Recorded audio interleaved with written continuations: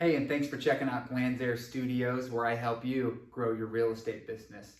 Today, I'm going to be doing a little video here, just 6 simple steps that you can take to buy your first rental property. Now, there are a lot of things that you can do more than just this video, but these are pretty simple steps that I think you can follow just to help you get an idea of what to do and how to get started if you're completely brand new. Before I jump into that, if you would consider liking and subscribing to this channel, brand new, finally have a whiteboard for you guys, finally have an office so that I can talk and not be distracted. But here is the 6 steps that you can do to buy your first rental property. Now, the first one out of the 6 is to meet with someone who has done it before. I really would challenge you to find somebody who owns a rental property and to get them to go out with them, get some coffee, hang out with them, ask them some questions, because you just don't know what you don't know. If you talk to a person that owns a rental, they'll be able to share with you the struggles they've had in owning tenants, having problems in the property, just simple things that you just would have never thought of. How do they organize their keys? How do they do the financing? Those type of things are really going to help you. So I challenge you to meet with somebody who owns a rental property. The second thing is set money aside, okay? Now, it's very important that you have an extra backup of money whenever you buy a rental property, because things will go wrong. Just because you can get an FHA loan and put 3.5% down to buy a property doesn't mean that things won't go wrong. I own a couple rental properties. I just had one. The hot water heater went out and it cost me $1,200. You want to have some backup money saved for those type of problems to happen, right? So start saving your money. Just because you have $10,000 for a down payment doesn't mean you have enough to run your rental property well. Now, the third thing I want you to do is define what type of investing you're going to do, okay? There are a couple options. I put 4 right here that you can do to figure out and do a little bit more searching. I do have videos on these, so you can check those out as well. But you're going to want to define the type of investing you want to do. So the first one is house hack. This is whenever you live in one of the units in a multi-unit, okay? So let's say you bought a duplex. It's 2 units. You would live in one, and then you would rent out the other, hopefully to cover your entire mortgage. Then there's a single family, okay? That's just when you buy a traditional single family home, one dwelling, and rent it out. This is pretty simple. It's easy. The money is not as big on those typically, unless you buy really, really low, but they're simple and easy to get started. Multi-units. This has to do with house hack, but this would be a traditional multi-unit, maybe 5 units or more that you don't live in, you just strictly rent it. Some of these you might need a conventional loan, or you'll need a commercial loan on those. So there's some more details that we could dive into. But if you have a decent amount of money and you want to get started, multi-units is a great way.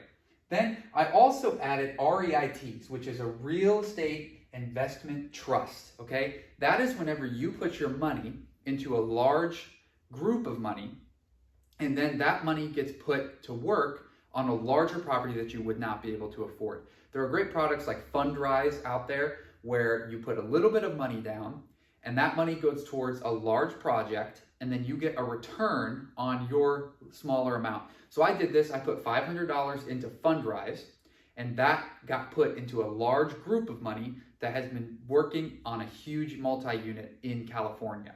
So if you don't have a lot of money and you want to get started, you want to do something in real estate, but you don't want to do any of the work, you just want to passively return, you can look into REITs. Now, the return on those is not as large typically, but it is a way to at least put your money to work. The fourth thing is to build your team. So what do I mean by build your team? You're brand new. Why do you need a team? Why do you need, it's not like, do I need employees? No, you want to have a group of people, kind of like a board for a business, that can guide you along the steps, okay? So you're going to want to find people that you can trust, build relationships with in these categories.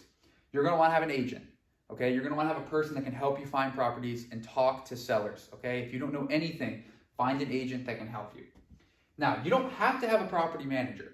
If you have a small unit or not many, I manage my own properties right now, but you can get a property manager that you trust, that you can use to help you find tenants, collect rent, all those type of things.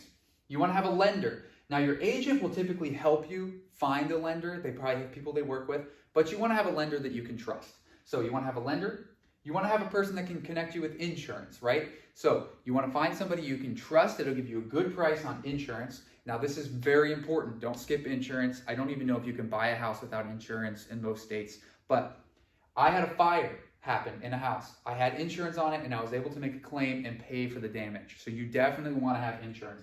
And then also, just as a backup, I haven't been in any really big legal fees or any legal problems, but you want to have a person you know that's an attorney that can help you, that can help you get out of these problems. So building your team, you're going to want to have these people that you can go to, kind of like a board in a business, like I said. The fifth step is make offers. So once you have your team, you have your agent, you've saved money, you've defined what you want to do, okay, you're going to want to make offers. Now, some of you may have watched The Last Dance, Michael Jordan, Wayne Gretzky, the greats. They've always said you miss 100% of the shots you don't take. Well, you miss 100% of the deals that you don't make offers on, all right? You can quote me there.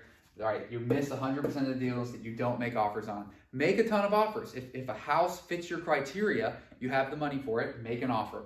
Okay, so you're gonna have to do a lot, you're gonna get rejected a lot, but don't let that stop you. Then the last step is close, right? Get your agent, get your lender, all that lined up, have a property manager in place, right? So whenever the date comes to close, you have the money and you're set to buy that property, okay? So just a very, very quick review. I challenge you to meet with somebody who can help you, guide you, who's done it before with a rental property.